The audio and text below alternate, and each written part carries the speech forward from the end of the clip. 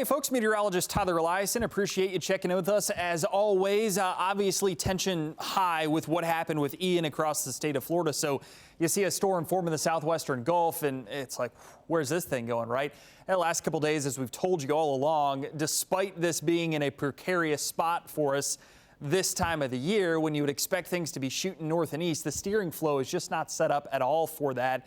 Big old trough up and down the East Coast will keep this kind of headed due south, really. I mean, there's some sheer battling from the northern side right now, so it's struggling to even get further organized. Some dry air trying to get entrained in it as well. Kind of a naked system on its northwestern side. Should hold on to its tropical storm status up until the point of landfall in southern Mexico, probably sometime Friday night or early Saturday morning. There'll be some wind and a lot of rain in some of the same areas that just got all that rain from Julia over the weekend and last week.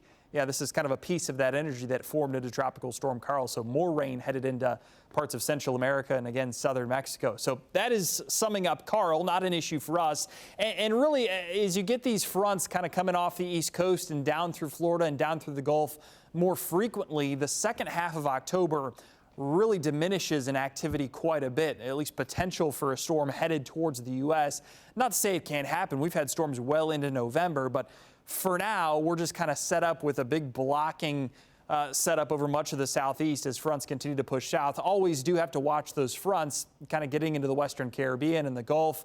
No signs of any of that happening anytime soon, but we'll keep an eye on it. Another little disturbance coming off the coast of Africa, 20% chance of development over the next 5 days. Regardless, that should not be an issue for us. So we're just kind of counting down the days to the end of hurricane season. Obviously, it's at the end of November, but usually by the end of October, we get past Halloween, you can start to breathe a sigh of relief. For now, there's no concerns out there at all. Again, for the U.S., we'll just watch Karl heading into Mexico this weekend. Take care. Have a good one.